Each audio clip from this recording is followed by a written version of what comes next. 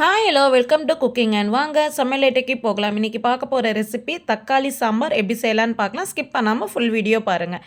தக்காளியை எல்லாமே இந்த மாதிரி கட் பண்ணிக்கலாம். அந்த தேவையில்லாத பகுதியை கட் பண்ணி எடுத்துகிட்டு இந்த மாதிரி ரெண்டாக அரிஞ்சு போட்டுக்கலாம். நம்ம வேக வைக்க தான் போகிறோம், அதனால் நம்ம பெருசாகவே போட்டுக்கலாம். நம்ம சேனலை புதுசாக பார்க்குறவங்க சப்ஸ்கிரைப் பண்ணிக்கோங்க, லைக் பண்ணுங்கள், ஷேர் பண்ணுங்கள், பெல் ஐக்கானை கிளிக் பண்ணிக்கோங்க. இப்போ தக்காளி எல்லாமே ஆட் பண்ணியாச்சு. உங்கள் காரத்துக்கு தகுந்த மாதிரி பச்சை மிளகாய் ஆட் பண்ணிக்கோங்க. பச்சை மிளகாவும் வேக வைக்கிறனால நான் ரெண்டாக கட் பண்ணியிருக்கேன். வெங்காயம் 2 ஆட் பண்ணிக்கலாம். வெங்காயம் நான் வெள்ளை கலர் வெங்காயம் வாங்கியிருக்கேன். இது எப்படி டேஸ்ட் இருக்குதுன்னு சொல்லிட்டு பார்க்கலான்னு வாங்கியிருக்கேன். இங்கே ஜம்மு காஷ்மீரில் இப்போ சீசன் டைம்லன்னு நிறையா வந்துட்டு இந்த வெள்ளை வெங்காயம் கிடைக்கிது. ஸோ அதனால் இது டேஸ்ட் வந்து சல்லுன்னு இருக்கா இல்லை டேஸ்ட் ருசியாக இருக்கான்னு பார்க்கலான்னு வாங்கினேன். நல்லா தான் இருக்குது.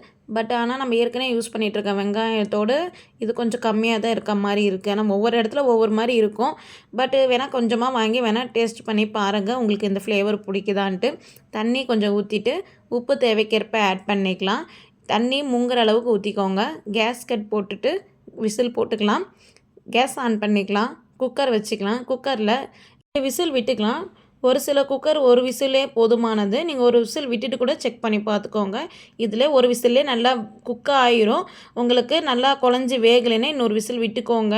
இது மறுபடியும் நம்ம வேக தான் வைக்க போகிறோம். ஒரு விசிலே போதுமானது தான். இப்போ எல்லாமே எடுத்துகிட்டு வந்தாச்சு. இப்போ ஆற வச்சாச்சு. இப்போ மிக்ஸி ஜாரில் போட்டு அரைச்சி எடுத்துக்கலாம். நான் ஆற வைக்கிறதுக்காக அந்த பாத்திரத்தில் வச்சுருக்கேன். மித்தபடிக்கு அதில் எதுவும் பண்ணலை. இப்போ அரைச்சி எடுத்துகிட்டு வந்துடலாம். அரைச்சி எடுத்துகிட்டு வந்தாச்சு. அவ்வளோதான். இனிமேல் சிம்பிளாக தக்காளி சாம்பார் நம்ம ரெடி பண்ணிடலாம். சிம்பிள் அண்ட் ஈஸியாக செய்யக்கூடிய இந்த தக்காளி சாம்பார் இட்லி, தோசை, சப்பாத்திக்கு எல்லாமே சைடிஷாக இருக்கும். எண்ணெய் ஊற்றிக்கலாம். கடுகு போட்டுக்கலாம். ஜீரகம் ஆட் பண்ணிக்கலாம். வெந்தயம் சிறிதளவு ஆட் பண்ணிக்கலாம். பெருங்காயம் ஆட் பண்ணிக்கலாம். இந்த தக்காளி சாம்பாருக்கு பெருங்காயம் நல்லா மணமாக இருக்கும். கருவேப்பிலை ஆட் பண்ணிக்கலாம். வரமிளகாய் ஆட் பண்ணிக்கலாம். வெங்காயம் ஒன்று சின்னதாக சாப் பண்ணி ஆட் பண்ணிக்கலாம்.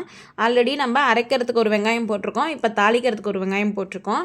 இப்போ தக்காளி அரைச்ச பேஸ்ட்டை ஆட் பண்ணிக்கலாம். உப்பு சிறிதளவு ஆட் பண்ணிக்கலாம். மஞ்சத்தூள் 1/4 ஸ்பூன் ஆட் பண்ணிக்கலாம். கொத்தமல்லி தூள் 2 ஸ்பூன் ஆட் பண்ணிக்கலாம். சாம்பார் தூள் 1 ஸ்பூன் ஆட் பண்ணிக்கலாம். நீங்கள் எந்த கம்பெனி வேணால் யூஸ் பண்ணிக்கோங்க. மிளகாத்தூள் 1 ஸ்பூன் ஆட் பண்ணிக்கலாம். உங்கள் காரத்துக்கு ஏற்ப கூட்டவோ குறைக்கவோ ஆட் பண்ணிக்கோங்க. நான் 1 ஸ்பூன் ஆட் பண்ணியிருக்கேன். மசாலா தூளில் உங்களுக்கு எது அவைலபிளாக இருக்கோ அதை ஆட் பண்ணிக்கோங்க. நான் ஜம்மு காஷ்மீரில் என்ன பிராண்ட் அப்போதைக்கு கிடைக்கிதோ ஸோ அதை நான் யூஸ் பண்ணிக்கிறேன். இந்த பிராண்டு தான் யூஸ் பண்ணணும்னு இல்லை, எது வேணால் நீங்கள் யூஸ் பண்ணிக்கோங்க. தண்ணி எவ்வளோ உங்களுக்கு தேவையோ அந்தளவுக்கு ஊற்றிட்டு நல்லா கொதிக்க வச்சுருங்க. மூடி போட்டு நல்லா கொதிச்சிட்டு இருக்குது. உப்பு காரம் டேஸ்ட்டு பண்ணி பாருங்கள்.